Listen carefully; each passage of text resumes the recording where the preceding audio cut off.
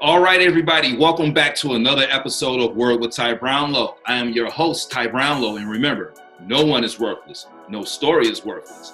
And today, ladies and gentlemen, I have a very special guest for you. I'll give you a couple of words about my guest. Accountant, entrepreneur, speaker, strategist, all the way from Clinton, Maryland, Folasade. How are you? Hey, Ty. Hey, what's going on now? Look, more out these last few days of tax time. It's been stressful, but we over there handling it. Okay, now you are the accountability, accountant. So you are good with these numbers, and you just said tax time. So let's talk about you and what it is that you really do around here, because you are out here helping some small businesses, okay? So you have helped entrepreneurs and small business owners save over $25 million, not thousand, not $100 million in lost revenue, tax assessments, penalties, and interest. In your years of service, what are some of the common mistakes you see small business owners make? That's a very, very good question to start off right out the door. Not doing their bookkeeping, Ty. Not doing their bookkeeping because they feel as though they don't need it. They're just starting out. They're not making that much money, and they don't have that much going on. But that's really the most important part of getting your business in order and on the right track is having your bookkeeping. So that's really one of the biggest problems I face now with entrepreneurs is them knowing the importance of the bookkeeper and really taking the time to do it or pay someone like myself to actually do it. Yes, I agree. Now, as far as I'm concerned, it doesn't matter the business, small, big, you have to have accountability as to where money's coming in, where's money going out, because as you've seen, and I've seen in my lifetime, we've seen companies grow. Hey, you know what? Enron, hey, company's making a lot of money. They're closed the next week. Why is that? Well, hey, somebody's not keeping account of the books, but that's okay. Not throw shade, but I'm throwing shade. There you go. Right. So now, where did this love of helping small businesses save this money and, helping them stay afloat, where did all this come from? Tell us a little bit more about your upbringing and how you got into this. Oh, this is also a good question. So, Ty, your audience may not know, but I grew up in Washington, D.C., in the impoverished area of D.C., and very poor, what we call the hood, okay? And so in the hood, we had everybody doing hair. We didn't really have any businesses, but I saw that we had a lot of money. Everybody was fresh to death. We didn't go without food. We didn't go out, without necessities, and we had the extra, right. The life. Okay, so then my dad was an accountant in the suburbs in Maryland. I'm in the hood in DC, and I noticed this distinct difference, Ty, in how they perceive taxes and the benefits that they gain from it.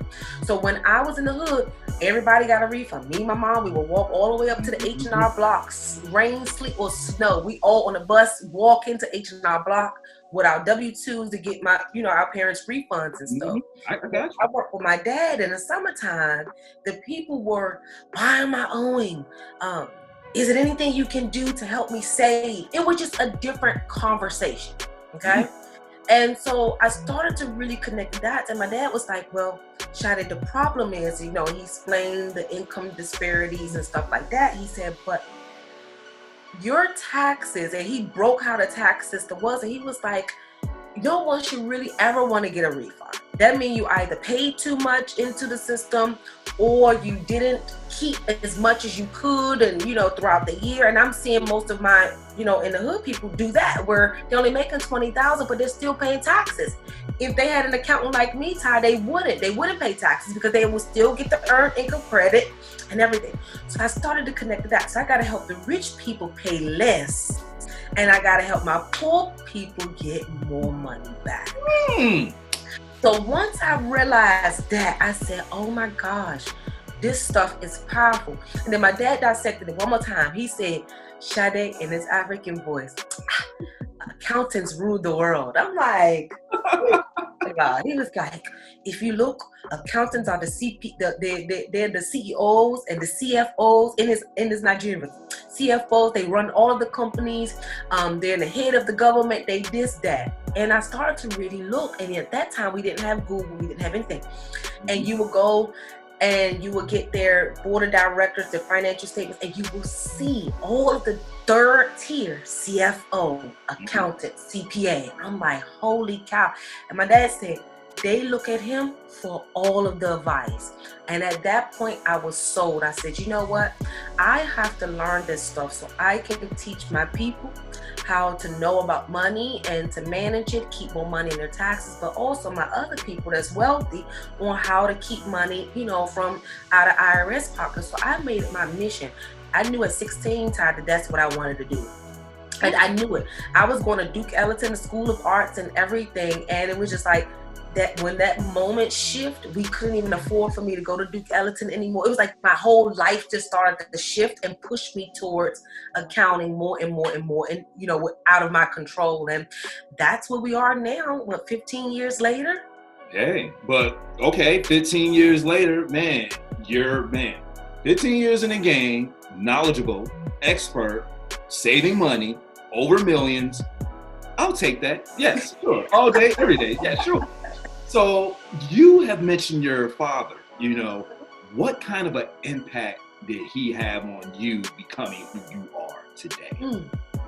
I think honestly, the biggest impact that he made was the exposure and the clear fact that it's something because it was brought upon that most accounts were white, like Caucasian. That's all I knew of. So by him really letting me know that I can be one of the top accountants, and then his colleagues were CPAs and stuff, and then they started talking to me and encouraging me. I knew at that point it was possible. I just didn't know how much studying, and staying on top, and how I'm still learning as we're going, Ty. Well, there's always constant tax laws. There's always a new tax law every year. Yes, but then also running the business, because the way my lower income blacks look at taxes, they don't want to give me paperwork. They don't want to ask too many questions. But then when I shift, I have to have a lot of paperwork. Like the law states, I need to have all of this stuff. So it's like I'm tug of war here. It's a challenge. Yes, it is. Yes, it is. So So staying on this, because you are hitting on key points. Man, my people in the hood, I love y'all. I love everybody out there, but my people in the hood, I love y'all. So this question is for y'all. So my question to you is, man, when you have these businesses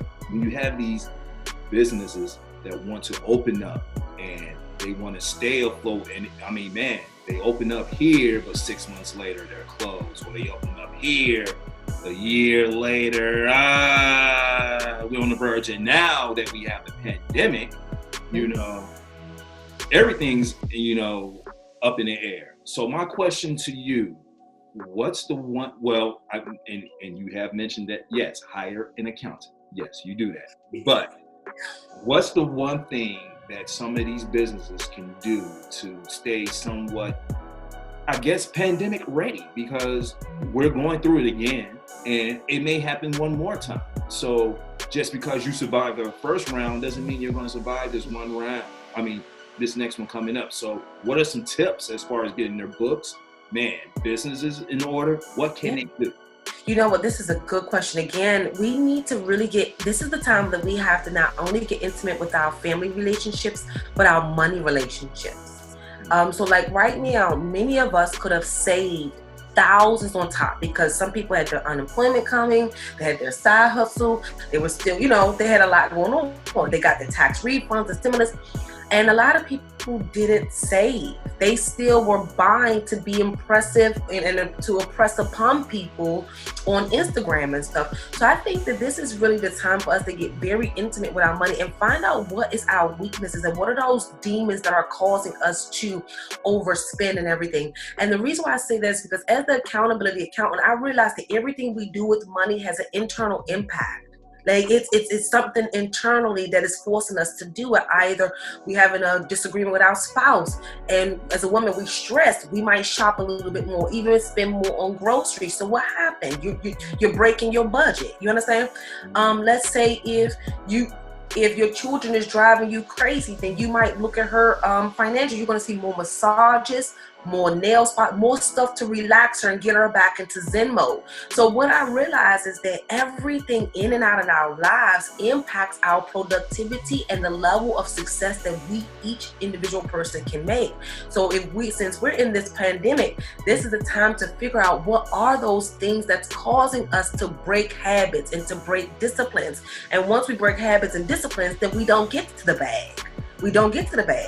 So this is the time for everybody to look back. And so what I mean by intimate with your numbers, and your audience may want to grab their pen and their paper at this time. The first thing that we need to do is create a personal budget and a business budget.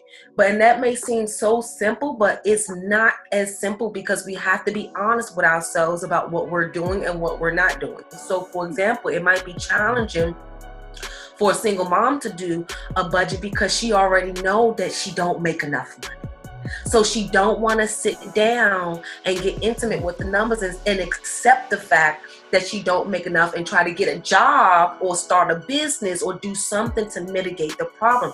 Once we sit down and do that budget and we see our spending habits, see that we don't make enough money regardless of how far we cut back, then that's when we can start shifting our mindset and creating a strategy as well to now get out of debt or to build or save. So this is really time for us to love on our money, love on our numbers, and you want to do your budget. The second thing you want to do, if you know you overspend on credit cards and stuff, and I did this and I do this to this day, if I know I overspend or I'm out of control, I cut that credit card up and I cut it up. I don't close it, I cut it up. And I pay it down, and then I'll request a new card. I lost my card, then you can go back. But that's a way to discipline yourself. Okay. You know what? You don't close it though. You pay it down. Okay. All right. So you won't be able to access it, right? You won't be able to swipe it or whatever. Right. She said, don't close it. But you can't cut it. Yes, you can cut it, especially if you're impulse. If you have to be in a store, you're a swiper. Another thing, I actually do not like companies to have control over when they're going into my bank to pay. I don't like to do electronic funds or recurrent payments on my bills.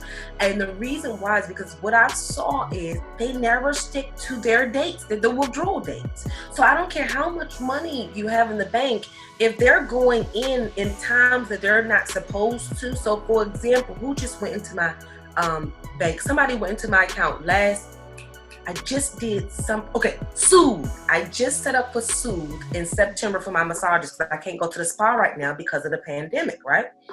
So Soothe, I purchased on the 16th, and they're supposed to debit my card every 16th monthly for my monthly massage. They debited my account on the 11th. So with that being said, what if I didn't have enough money to cover? That would have caused an everyday person to overdraft their bank account and accumulate additional fees. So if you know you're trying to get intimate with your money, just stop the automatic payments and sit down and say, you know what, every first or second of the month, this is what I'm going to do. I'm going to sit down and I'm going to write out my bills and I'm going to log in and I'm going to pay them. And then guess what? It allows you to stay in control over what's coming in and what's going out, and when it's coming in and when it's coming out. Look. She's dropping this knowledge. Now, I'm going to tell you, I'm about to drop this next question to her, because this knowledge that you're dropping, is this part of what we can expect when we come to Suncrest Financials? Yes. So this is what we do. So I incorporate my expertise into my packages. So what I realized, Ty, especially because my target is brown folks, we have to be a bit more hands-on with them than what. And I realized that the typical bookkeeping services just doesn't work for us, because we're still building. We were never really taught business. We were never taught how to manage business. So I intertwine my accountability and coaching into business management with the bookkeeper all in one. So every month I'm meeting with my CEOs and we're talking about the numbers and what's going on with their business, and I'm forcing them to really function like business people. So for example, I have clients that make $200,000 and they refuse to do a full marketing plan. And I'm sitting there like, well, this is why we're stuck at $200,000, because you haven't done a full marketing plan. Can you do this first? Let's strategically see what's going on first, and then you might can double up your profits, in Excel. Like now I'm getting where people don't even want to look and see what they're spending on their ad spend on Facebook. You have to monitor it. You cannot just let these ad people do whatever they want to do. You have to. So I'm teaching them how to be business people and put the systems in place and processes and policies and procedures. And because like we said, we were never taught this stuff. And I would rather for me to prepare them instead of them getting lawsuits and being taken for the loop, Look here, boy, look. Dropping this knowledge for us folks out here, okay? What do you have coming up next? What's next for you? Oh, wow. So what we're actually doing, especially for Black Friday, we are launching my Making Young Millionaires bundle. It is, for accounting, it's action-packed. So it's my new book, my children's book, Who's Your Uncle Sam? Okay. Yep, they're going to get a coloring book. So we're teaching kids and teenpreneurs, but to be in all actuality, any adult can take it, because I take all of the big jargon on how to build a business, how to do everything, and I take it all the way down so 8-year-olds and 9-year-olds and 10-year-olds can do it, but their mom have to help them, Oh yeah. So our goal is to make our next generations owners. And if we don't start that now while the hype is up to build generational wealth, then there's no other time. So that's why we're launching the Making Young Millionaires. So it's going to include a business startup and business management course for young millionaires, a business tax course, okay, our coloring book, Who's Your Uncle Sam coloring book, and the actual kids book, Who's Your Uncle Sam. And a t-shirt said I'm a boss too. So they get a whole little bundle for Black Friday.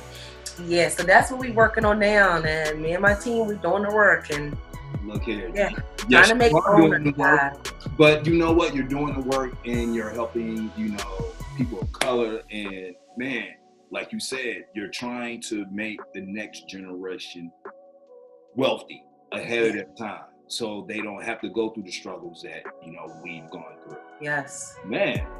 So if people want to get in contact with you to get all that wonderful knowledge you got in your head, tax accountability, get their businesses up, or what have you, how can people get in contact?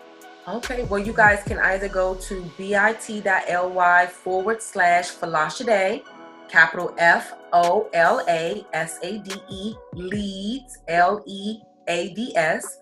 Or you can just call my office. My office is there and say, look, I saw Folasade on Ty Brownlow show and I want to, and Randy, and my office can be like, okay, when you ready, you want to get on her calendar. So you can call my office at 202-618-1297. All right, that's what's up. Man, look here, man, she got the knowledge, y'all. Look, she just told y'all. I didn't tell you, she told you, okay? Get in contact with her, call her, hit her up on social media, get your taxes and your businesses straight. Man, we need that. So this brings me to my very last question, the question that my show's known for, so I have to ask.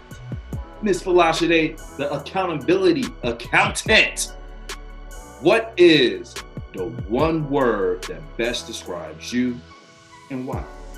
I'm gonna say accountability. And the reason being is because I understand that every piece of the puzzle is held and intertwined to something. So every piece and every action, every conversation, everything we do has some effect on something, and something is held accountable to it. So in terms of that, and then from my personal situation, I realized that until I became self-accountable to myself, nothing else matters. So until we get honest with ourselves and look ourselves in the mirror and say, I'm going to accept responsibility for my life. I'm going to accept for where I am right now. If we don't do that, and I had to do this, and I had to keep moving, and I used my reflection, my goals, and say, I'm going to hold myself accountable to do what my colleagues and my girlfriends aren't doing. They weren't going to school. So guess what? I knew I wanted to be a college grad. So I continued on. when I was in that 25 year, when we're in a party stage and, undergrad, I had to understand that, I still want to be an accountant, so I can't get, arrested and, just out there. So I had to even slow down my whole lifestyle because I had to be accountable to my future and accountable to my family and accountable to my goals. So I'm gonna say, my word is accountability. I hold myself accountable for the results. So like my sister said, "Oh, well, Pooh, you work hard today. It's okay." And I'd be like, that's not enough, because I know what level of performance I can bring. So that's still accountability. So regardless of what's happening, we have to really say, is this me? Or am I selling it? Or could I do better? So I would say accountability is my word, Ty. Okay, well then, look here, if you say that, I'm going to say responsible, because look at where you are now. And if you don't have these lessons as you grow, man, you're never going to be responsible. And if you don't take time to study the lessons and actually do the things that you need to do, you'll never know and you'll never grow. But you did. So here you are. Man, that's what's up, man. Look. Once again, ladies and gentlemen, this has been Word with Ty Brownlow. I'm your host, Ty Brownlow. Remember, no one is worthless. No story is worthless. You can follow me on social media at Word with Ty Brownlow on Facebook, Instagram, and YouTube. Follow me on Twitter at Ty Brownlow TV, or just go to my website, tybrownlow.com. Get this wonderful interview, plus a whole bunch of other interviews. Folasade, the accountability accountant. I thank you for being on the show. Thank you, Ty. Thank you for the opportunity. I appreciate it. No problem. We are out. Peace.